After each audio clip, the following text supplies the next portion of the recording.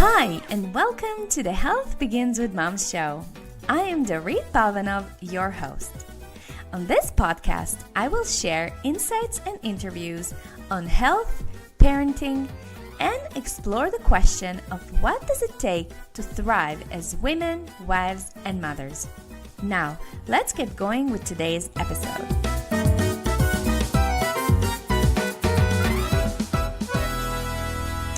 Hey everybody, welcome to another episode of the Health Begins with Mom podcast. This is Dorit Palvanov, your host. Oh gosh, the past 3 weeks have been so challenging for us in the Palvanov's residence.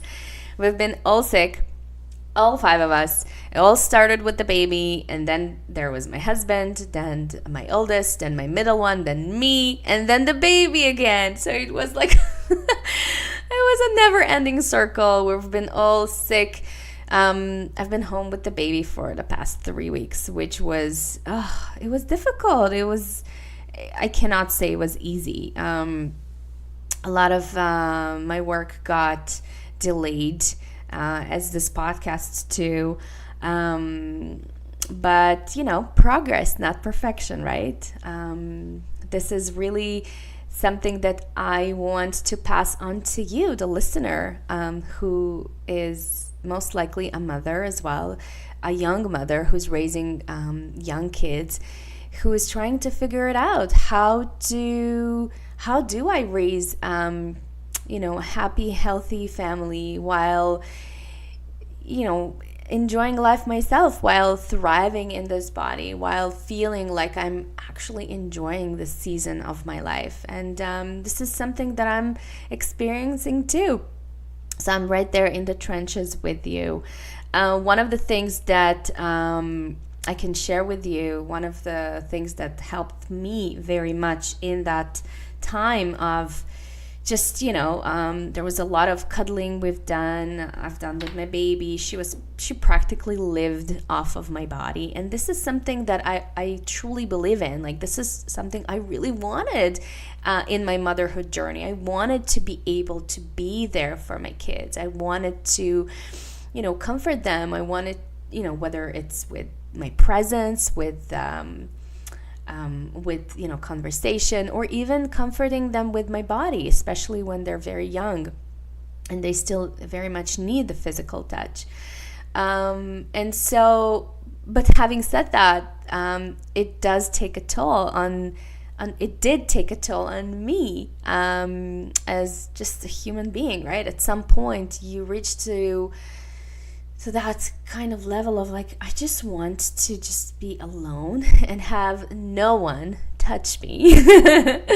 Definitely happened with me too. And every day I was just like wishing, please let her, sleep through the night, and so that I can also rest and maybe, be able to send her to, to her program, her daycare program. And then it didn't happen. And you're like waking up feeling upset or just feeling like things are just not happening the way you want them to happen. So that that again that sense of like you're losing control over your life or the way things are unfolding for you, which it's a big thing, and we do need to teach ourselves how to get through that with with the most grace and compassion to ourselves and to our children as well. So one of the things that I've used during that time is just, first of all, being very clear with regards to my boundaries. I was in very low gear during that time. I did not allow any visitors other than my mom or my mother-in-law who came in with food. I didn't socialize during that time. Whatever little time I had, I really used for sleep and rest and just rejuvenating myself, because I understood that right now the kids need me, and I want to be there for them. So I need to make sure I am taking really good care of myself so that I can give to them. So I've used something that is I think in the personal growth world, you hear a lot, and that is basically sitting with your emotion and sitting with your discomfort. And what does it really mean? So it actually, what this means is just blocking off time and just giving yourself permission to just be quiet with yourself. So what I've done is, obviously I missed so much of my yoga practice during this time, the 3 weeks that we were all sick. And I just sat down quietly. I closed the door of my bedroom and I just started breathing. Something that really helps me is I listen to Abraham Hicks meditations. I have them downloaded on my phone, their app. And they have many different meditations, but the one that I listened to was the general well-being meditation. You can find it on YouTube too. And what's good about this, it's really a reminder. It's a reminder of the things that are really important in life, right? Because you get sort of caught up into like this, no, and why is it happening to me? And I don't want this, right? And you sort of like get into this, mommy tantrum. And then like you sort of like shut everything down. You just close the blinds of your body and you just sit with closed eyes and you just breathe and you listen to them talking and guiding you through this. And they talk about the fact how everything in life, wherever you are right now, this is exactly the right time for you. This is where you need to be, exactly at the right time, at the right moment. So for me, it was such a great reminder. And even though that pause was just for 15 minutes, it had such a profound effect on me. Like, it's like you open your eyes and you're a completely new person. So for me, that is definitely the best way to rebound and bounce back into life and be able to continue to be the nurturer and the giver that I am, and raise the family that I crave to raise. So today I mentioned my yoga practice, and it's actually tied in beautifully with today's topic. Today we're talking about the yoga of motherhood, which is such a beautiful conversation, such a beautiful topic. But before I do, I'm just going to give you a little bit of intro and a little bit of context if you don't really know where I'm going with this. So, as a mother, bringing a new life into the world is a really big deal, really, right? There's no question about that. It's exciting, it's scary, and it's monumental.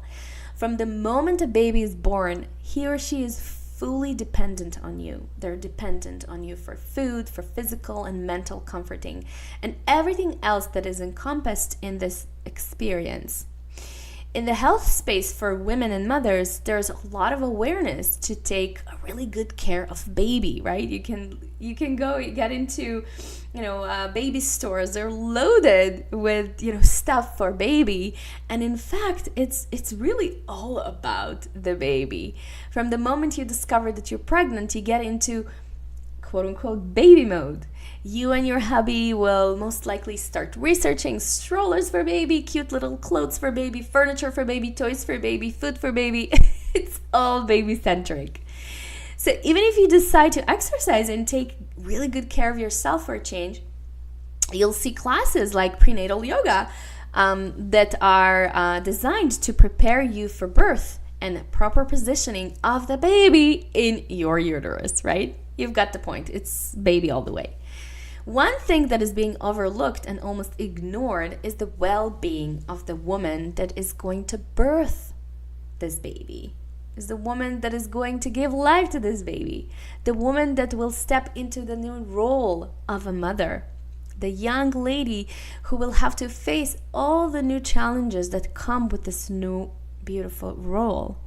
She is not trained, she's not educated, she's not guided or supported. She's just left to figure it all out on her own, right? Because we assume that she knows how.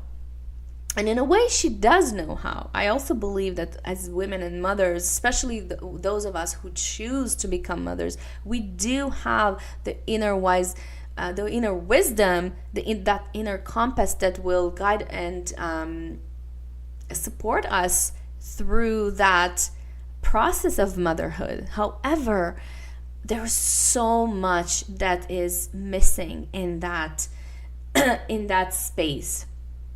So many women struggle with things like postpartum depression.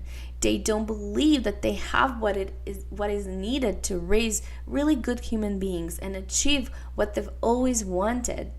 Instead, in my private practice, for example, I see women settle for less. I see women who had that big vision of, raising that beautiful family, who will do things, in a certain way. And then when you are actually faced with reality, you kind of, a lot of women call this, let's be realistic. It's not going to happen, right? I see them subscribing to the story that motherhood and parenting are hard and are unsatisfying, which is not true.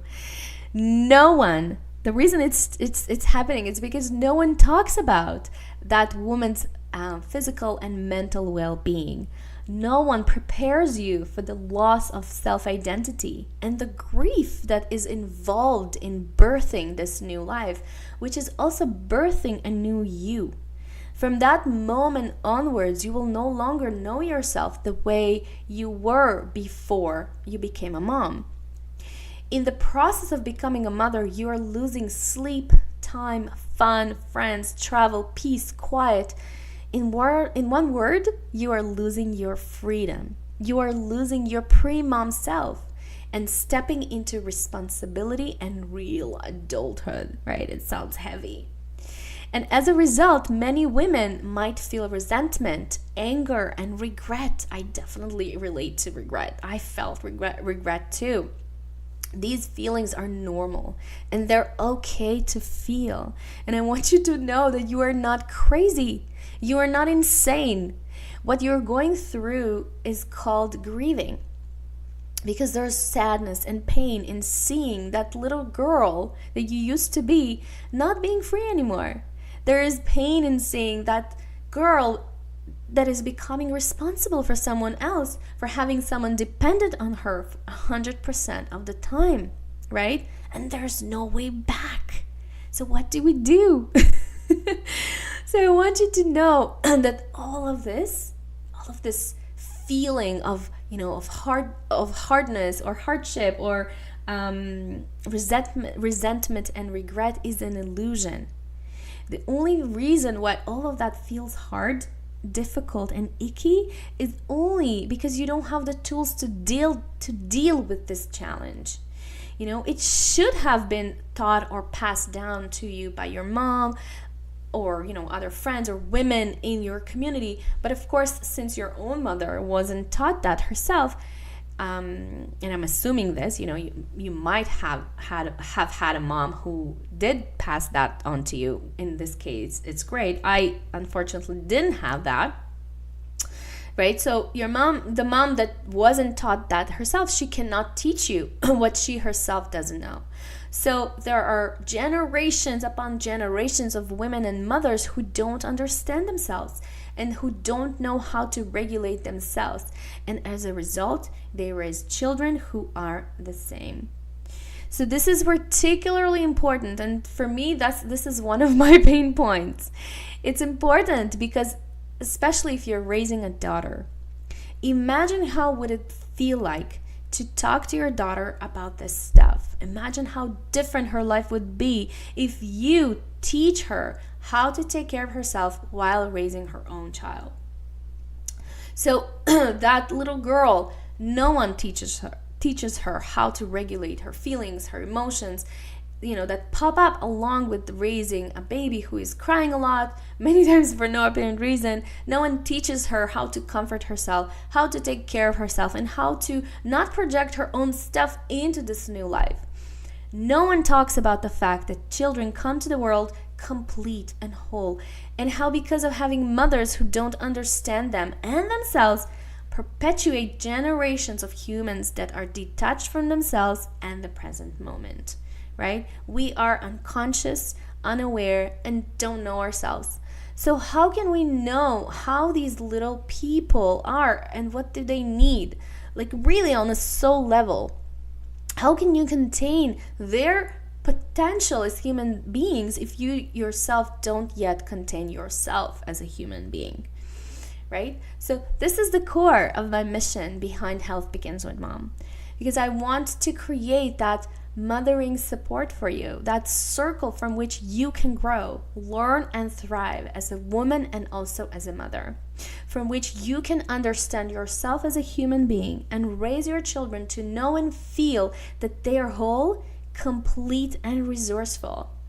And also, you want to help them to grow to be the humans that we need more of in this world. Oh gosh, we need more of these people in the world.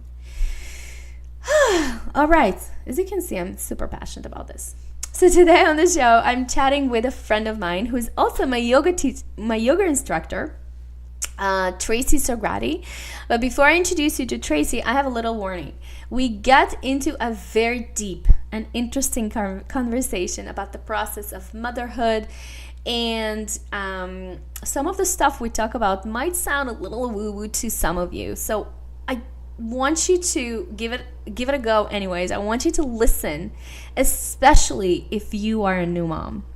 There is so much wisdom and insight in this conversation, and I really hope you will benefit from it. So now that I have that out of my way, I'm going to introduce you to Tracey Soghrati, who is a yoga instructor, educator, and her vision is to share yoga philosophy and practice in a manner that is authentic, accessible, and applicable to modern day life. Her classes are grounded in a sound knowledge of the physical body and a humble perspective on the power of the mind. She seeks to incorporate self-inquiry as a tool of self-realization in every practice. She specializes in delivering classes that are healing and invigorating for all levels of the body. From personal experience, I can share that Tracey's classes feel a lot like therapy on top of exercise. And I find myself, she's laughing. I find myself many times in a weird yoga posture with teary eyes and in deep contemplation. So with that said, welcome Tracey. Thank you so much, Dorit. It's such an honor to be doing this interview with you, and I'm really excited about it ever since we started discussing the potential for having this conversation. So I can't wait to see what direction it takes us. So a few weeks ago, like you said, when we decided on doing this interview and you've proposed the topic of the yoga of motherhood, I was extremely excited, invigorated, and also intrigued. But before we jump into today's topic, and since I know that you have recently become a mama of two, I'd like to ask you, what are you loving about being a mom right now? Okay, so what I love about being a mom right now is the depth of relationship that I have with my kids. And what I mean by that is that when we're going through the day-to-day tasks that are, to be honest, I mean, there's a lot of mundane tasks that I find myself doing, you know, in terms of just the physical care of preparing dinner, cleaning up, you know, all the things you do as a mom, right? Even I call this the logistics. Yes, exactly. The logistics, right? The logistics. So even in the midst of like wrapping my head around the logistics every single day, there's this collateral beauty that occurs because you're in this deep relationship with this little person. I call them my small people. And there's these moments where, you know, I'll make eye contact with them, and it is such, like, they're looking at me with this such deep, profound love. It's like nothing I've ever felt before, right? Like they just love me so much. And in turn, as they're looking at me and saying like, Mama, I love you so much, I'm just like, oh my God, I love you so much too. And so, but and it ends up being this feeling that's so intense, and it fuels you through many challenges that come with having multiple children, you know? So I feel like it's just that deep relationship and dearly, like I love my husband. And any marriage is a specific kind of connection, but it's like my friends and I always talk about the fact that your relationship is the love affair of a lifetime. And it's really tricky. It's really tricky. There are so many, just open your heart. Yeah, that's my answer. Yeah, I love that. So for the sake of context and relatability, can you share some of your backstory and how you became a mom and what made you interested in the philosophy of yoga to begin with? Okay. So this is a really great question, by the way. So in terms of my interest in yoga, I became interested in yoga and yoga philosophy over 20 years ago. And really as a result of my own mother passing away. And so, I was a young woman and at the stage in life where I was grappling with my own identity and trying to figure out what was my path and what is my purpose.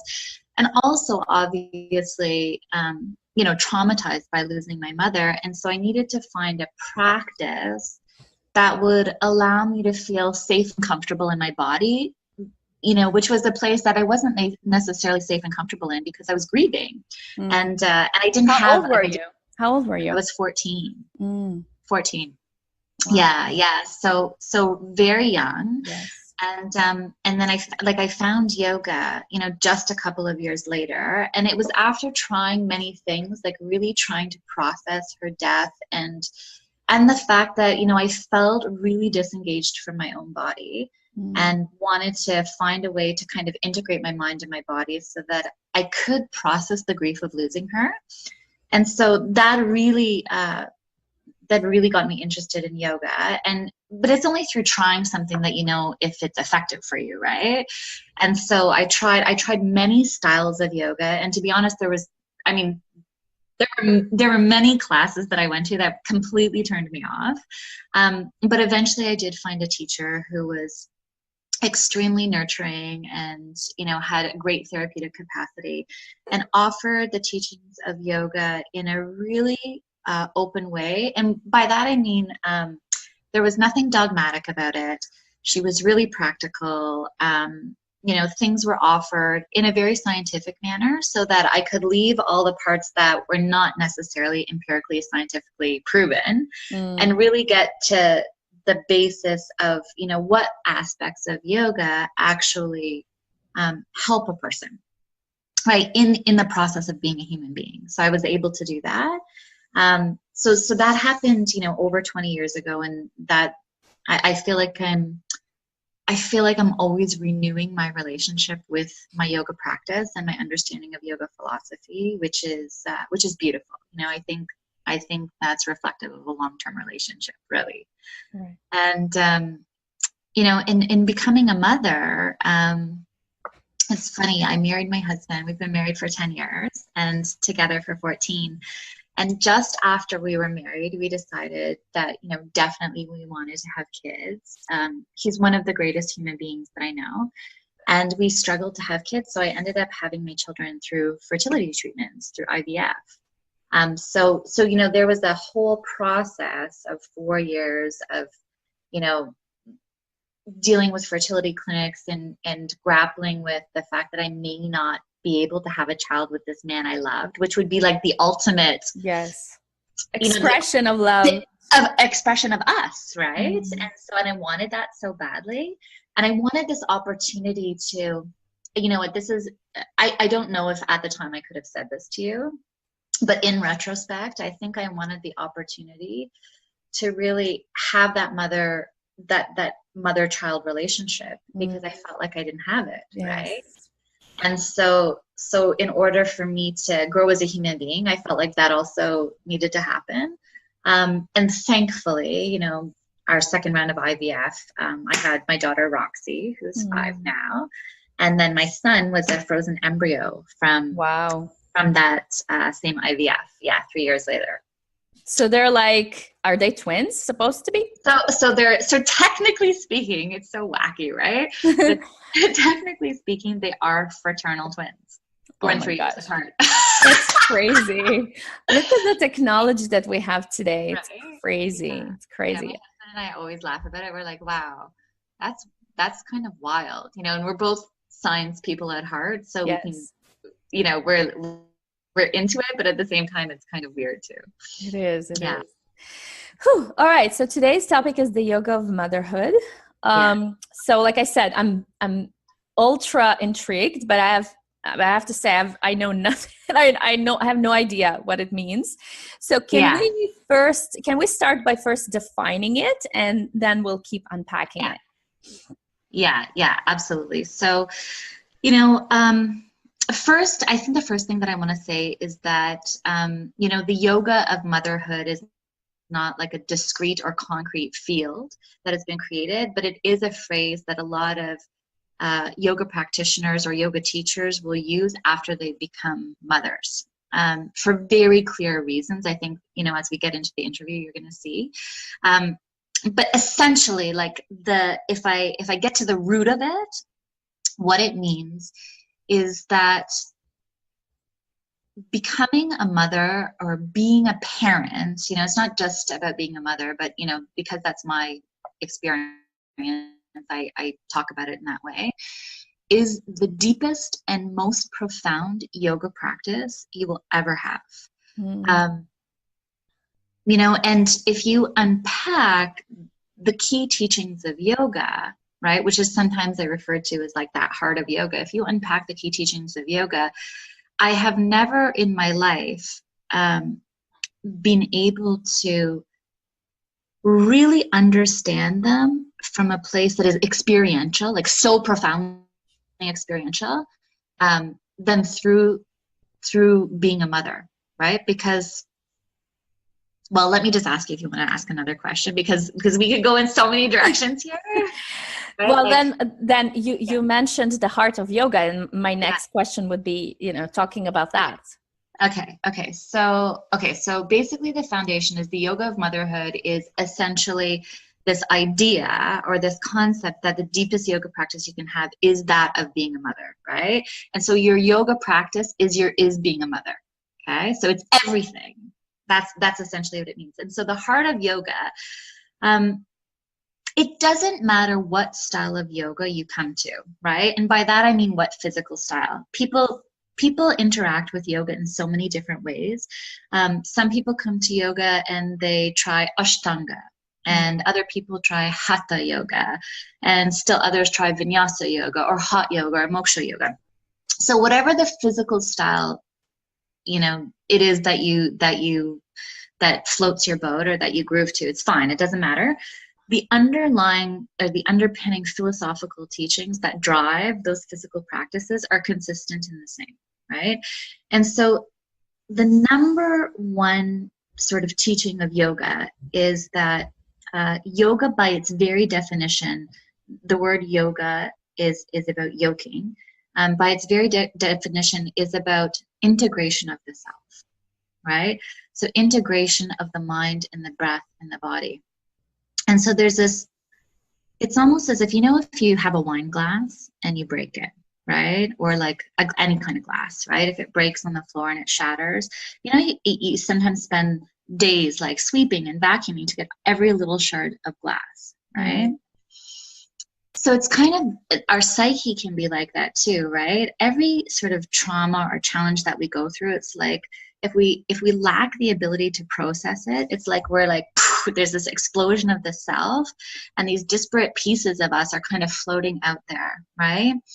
And yoga, whatever style it is that you practice, by taking the breath and using the breath to connect the body with the mind, there's this integration of the self, right? And that's why people feel so good. And again, it doesn't matter which styles, because you walk away feeling more whole than when you started. That's why, I don't know why, but I mean, like now I know why. But when I started yoga, and like you said, I would always leave feeling like I know myself better. Like I know myself better than I knew before that particular practice. And every time I leave, it's I know more of myself. So it's sort of like the process of self-discovery. Yes, exactly. That's exactly what it is. And you're actually touching on something else that I think is really key. It's so like, you know how you said every time you leave, you know more of yourself. It's also this sense of being able to hold more of yourself too, right? Like not only do you know more of yourself, but you have this greater resilience and capacity to hold all that you are. You know what I mean? Yes. And so that's like one of the underpinning features of all yoga, no matter what it is. It's this integration of the self, right? And so I would say that the second thing is just orientation around the present moment.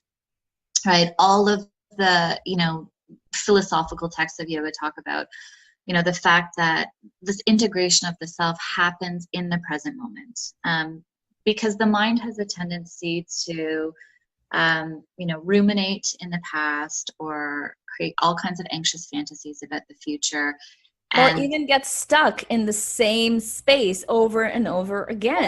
Over and over and over. Yeah, that's often called a samskara groove, right? It just does the same thing over and over and over again. And not only is it not productive, but it becomes harmful, right? And so the same thing is that this, by taking a person and using their breath and movement together, you anchor the mind and you kind of take over. There's this thing in the mind called the processing tunnel. So you literally take over the processing tunnel so that the mind can't do that loopy thing. And you're completely locked in the present moment. Right? And it's so pacifying for the nervous system, right? It's so pacifying, it's like so deeply nourishing and relaxing to not be expending your energy in those crazy tornadoes of thought, right? So that's the second thing. The third thing that yoga teaches us is that the thoughts, sometimes the thoughts are referred to as the chitta vrittis. And so your thoughts, and this includes like the kinds of thoughts you're having and then your emotional reaction to those thoughts. And then that creates more thoughts, and then you emotionally react to that. And then you have more thoughts, and then you emotionally react to that. And it's just like you spin out of control. Right? Okay? So yoga teaches us that you are not your thoughts, right? It's not to say that in a particular instance that, say, for example, an emotion that you're feeling is not appropriate to the situation. It's not to say that, right? But it's just that you are not just that, right? Because sometimes we'll feel a feeling or have a thought, and suddenly we'll become so attached to that feeling or thought and think that that's all that we are. Right. Right? Do you know what I'm saying? Yes, right? I do. Yeah, and so yoga becomes your identity. It becomes part of you. It becomes your identity, right? And then what can then happen is if you're so attached to that part of your identity, you think you are that, then maybe later on when you realize, okay, well, this has now become pathological. Maybe it saved my life earlier to be so attached to this, but now it's pathological. When you try to let it go, because it's so integrated with your identity, it's almost like you have to go through a death process to get rid of it. Rebirth, right? A rebirth, right? Yeah. So yoga teaches us, and again, it's through, anchoring your breath to your body, to your mind, that the mind has thoughts and we have emotional experiences, and we have to be with them and learn to name them and allow them to move through us without overly identifying with them, without thinking like, I am this grief, or I am this rage, or I am this fear, for example, so that we can allow those things to pass through us without constantly behaviorally acting them out just as a way of reacting, right? Because if we're so attached to an emotion, or the alternative is if we're so, like, if we have a psychological allergy to an emotion, right? If it comes up and it's like this whole psychological allergy and we don't want to feel it, then it creates so much pressure inside of us, either trying to get more of it or trying to get away from it, that we can't function. It takes over. And so yoga teaches us through that same practice that I just outlined of connecting breath, body, and mind, we aren't those things, right? So we can experience the thoughts and the emotions moving through the mind without getting wrapped up in those things being our identity. Tracey, what you just said is so profound. And I'm having this epiphany moment, because speaking about motherhood, yeah, I mean, I've had that. I'm a very intuitive person, and I've had that intuitive response, but I could never put this into words. Like, and I mean, I'm not even gonna say. I'm not even talking about expressing it to someone else, because no one would get it. But after, like you said, only after I became a mother, like when I actually birthed children. Yes. Could I, or was I interested even in this process of truly knowing who I am? It's like this rebirth that you said, and the birth that I've given, the life that I've given to my children was also the life that I've given to me. That is why so many times I feel that the process of parenting is not raising or parenting them. In reality, it's the process of parenting and raising and mothering me. Yes. Oh my God, I feel like I'm like, yeah, thank you. Like, you have to work so profoundly hard on yourself. Like, you've just defined the yoga of motherhood. That's why exactly what it is. Intuitively, I felt so compelled to talk to you about this without even knowing this is what I am. It's like the process of embodiment, right? Through the practice of yoga, I'm learning so much about me as a person, right? Yes. Yeah. Yeah. So let's talk a little bit more about how does the practice of yoga facilitates our evolution as mothers, or I don't know, maybe even more specific than that. How does our yoga practice facilitate sitting with the challenges of being a mom, especially around identity? We spoke a little bit about that, but let's see what you say to that. Yeah. Okay, so, I know for myself, and you're bringing it up, you brought it up so beautifully and eloquently, and I know my deepest friends are also moms with kids at the same stage. This is the conversation that we always have, is that you go through this of birthing, and it's like this trial by fire. Suddenly you have this small person who's dependent on you, and you are completely sleep deprived. And maybe your baby cries, never stops crying, and your hurts, and you're sudden, and you're not doing all of the things that defined your self-concept before, right? Everything you're doing is new. Exactly. Right? You're not doing any of those, and I'm talking about just the first child, right? Because the whole, like, each successive child, it kind of shifts. Yes. Right. But like you're in this space where you're sitting with, like, who am I now? Yes. Now, who is this person that I am? Yes. I'm a mom. Like, what am I outside being a mom? Right. And like, just to speak to that challenge, like, first of all, my friends and I have this conversation of, like, is it because society doesn't necessarily overtly value what it means to be a mother? Like, people don't talk about it enough, like what it's actually like to be a mom and what you have to give of yourself to do that. And perhaps that's part of the challenge with the identity piece. But if we kind of jump over that and come into yoga, one of the things that yoga teaches us is that there are these 5 afflictions, right, that can get in your way of your own evolution and your growth, and can interrupt your ability to really deal with challenges. And so the first 2 afflictions are attachment and aversion.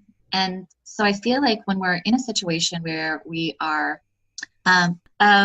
okay, so So I think before, before we become a mother, our identity is derived out of all of these external sources of validation, right? And so how we define ourselves comes out of, what society expects of us, and then how we've responded to that expectation.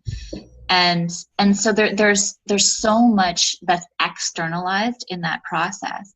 And then you have a child, and all of a sudden you're this dyad, and you're at home, and you have to, there's really, like, there's so little external coming in, so that you have to self-identify. You have to find your identity from within. You have to really connect to, okay, well, like, what is my value system? How am I going to raise this child?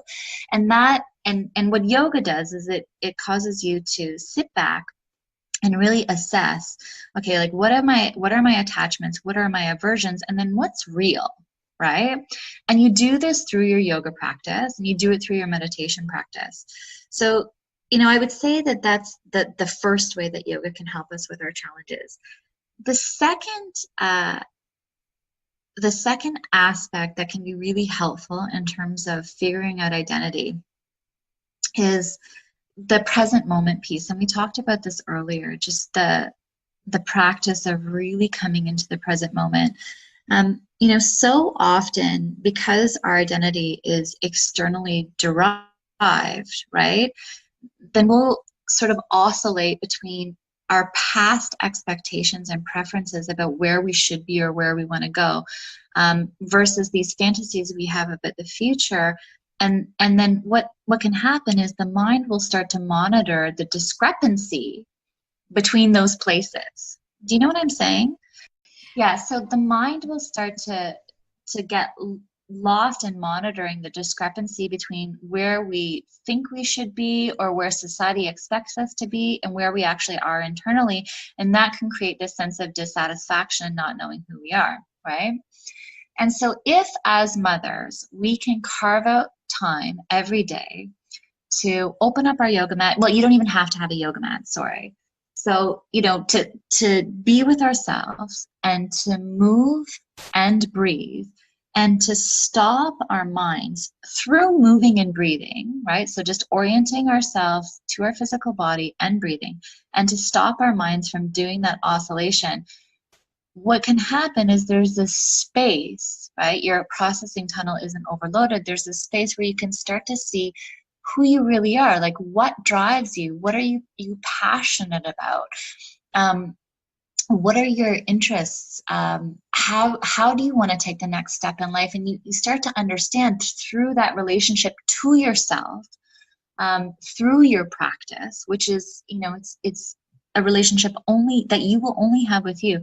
You start to realize that, maybe some of the expectations that you had of yourself previously are incongruent with the person that you are now, and that's okay, right? And so there's this sense of life being very dynamic and creative, but instead of that dynamic and creative aspect being scary, it becomes this opportunity for you to grow.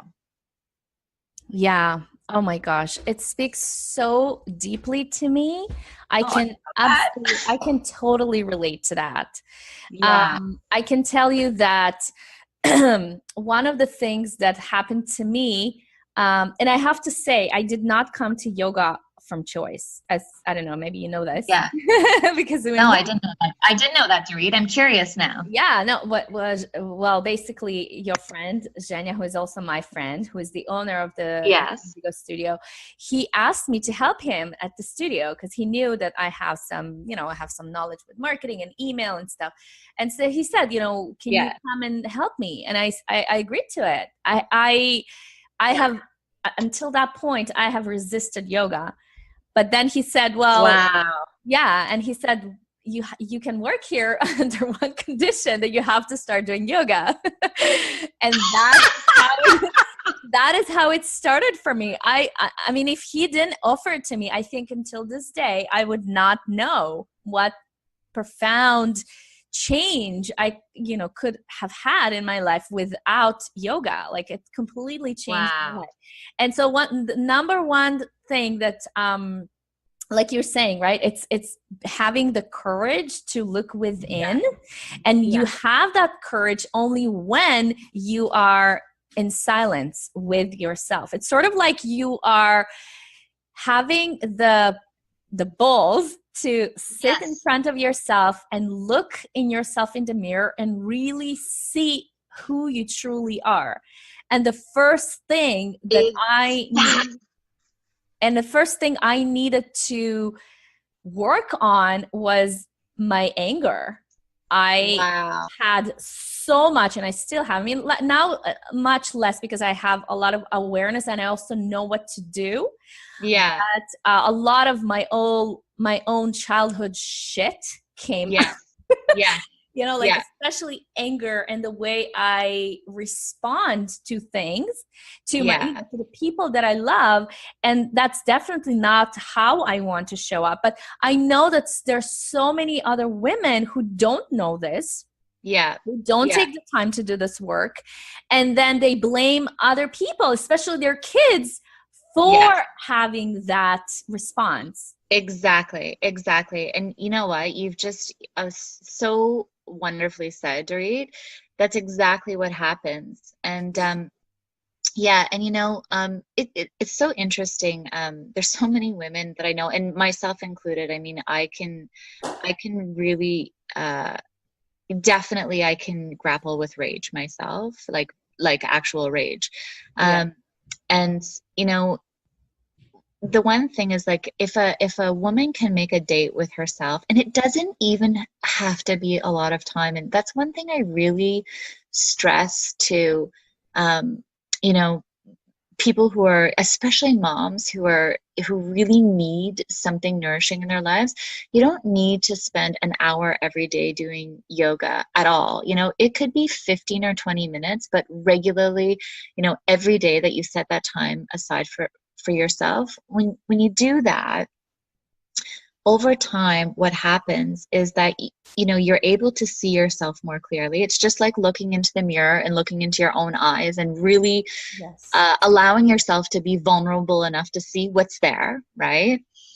And so, to spend time with yourself, you also build up the capacity to hold all the stuff that's inside of you, whether it's rage or anger or insecurity, or fear of abandonment, or fear of being overwhelmed, or feeling like you can't do it. There are all of these emotions inside of all of us because we're human beings.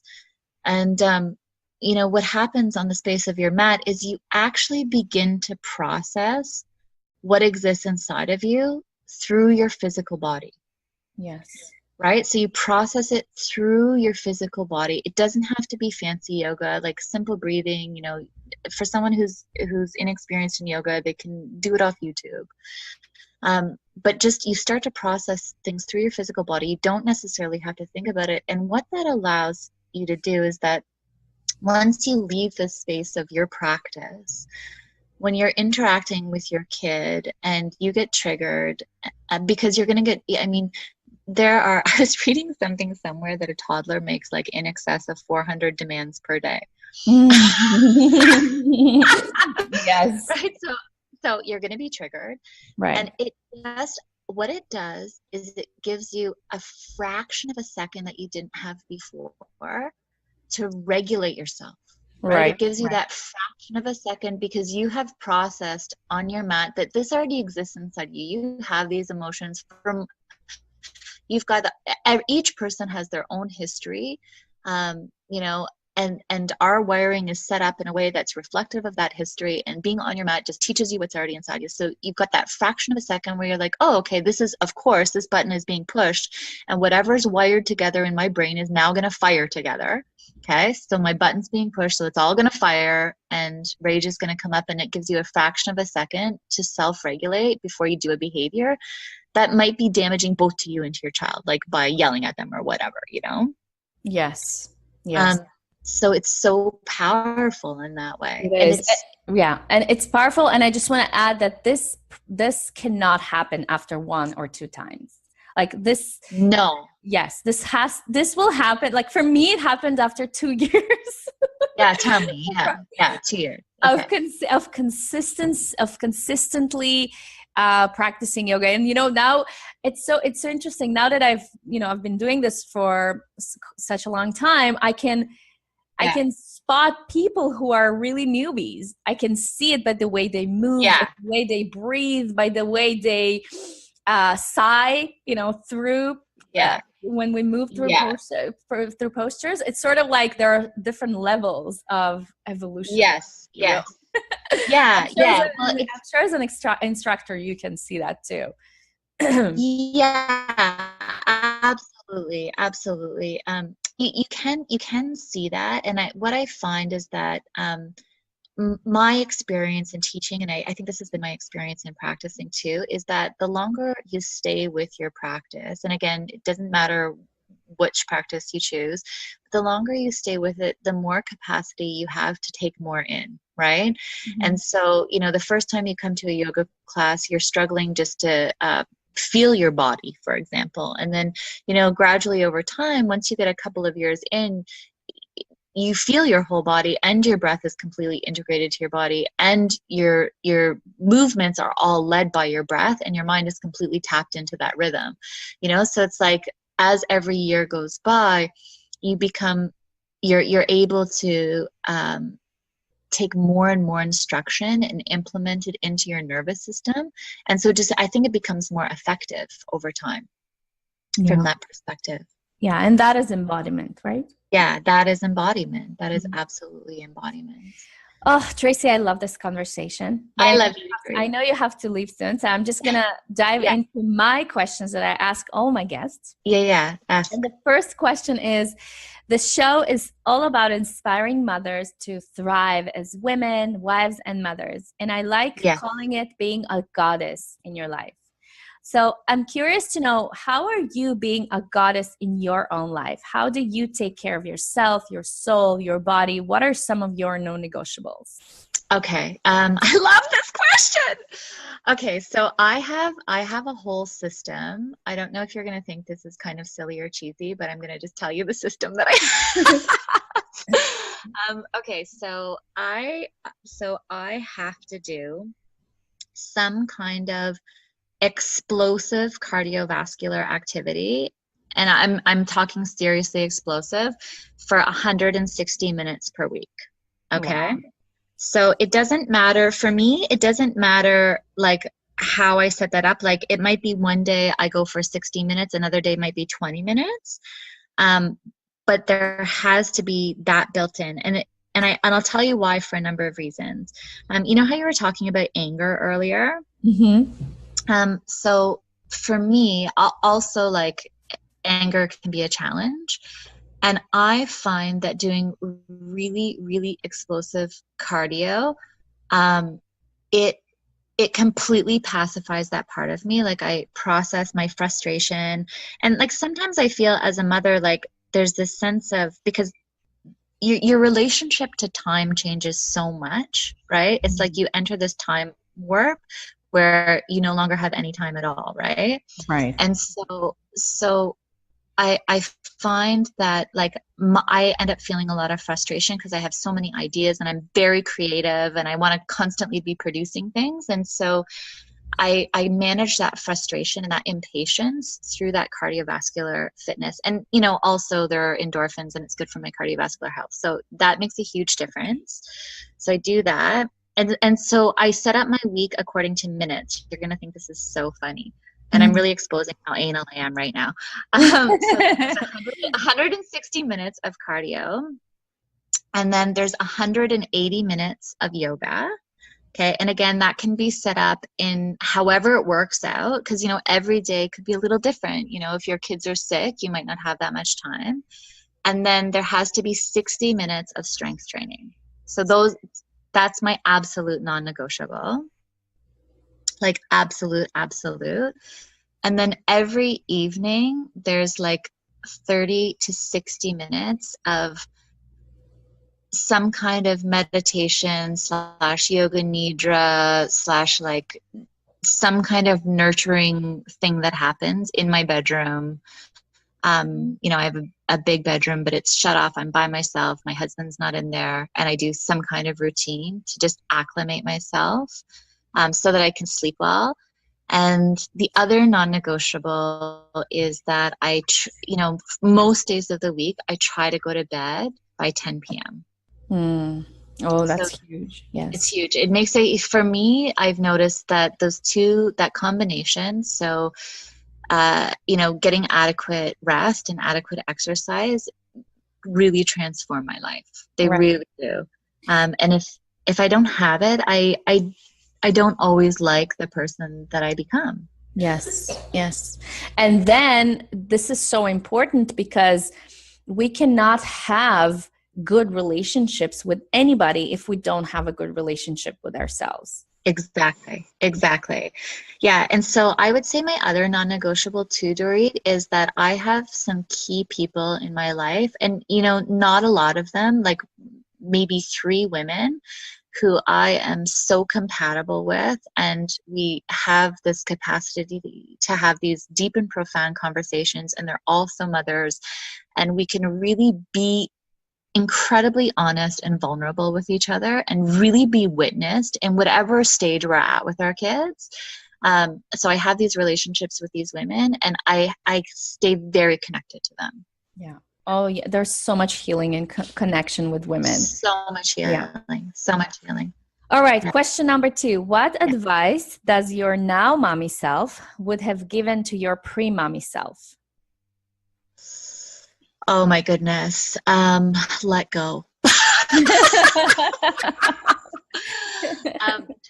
Just to okay, and that's such a, like, that can be so trite. I mean, like, you can say let go, and like the act of actually letting go is so much more difficult than actually saying those words. But I would say that prior to becoming a mommy, you know, there are all these preferences and expectations I had about how things should be and how my child should be and how things would turn out. And the reality is that you don't know what your child's going to be like. And so I think it's really important to definitely create structure and boundaries so that your children feel safe and secure, but also to really, you know, check your expectations and preferences and just kind of allow things to be more organic, you know, and to let go of all the little things that don't really matter, you know, like all the things that, like, so what if they don't get done, or so what if your house isn't clean, or so what if your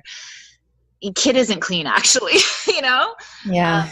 Just to try to really figure out, like, what are your non-negotiables with your kid. And when I finally sat down and figured that out with my own kids, there was only like 3 things that were non-negotiable, you know? And everything else was like stuff that I could let go, but that I was expending energy around trying to control.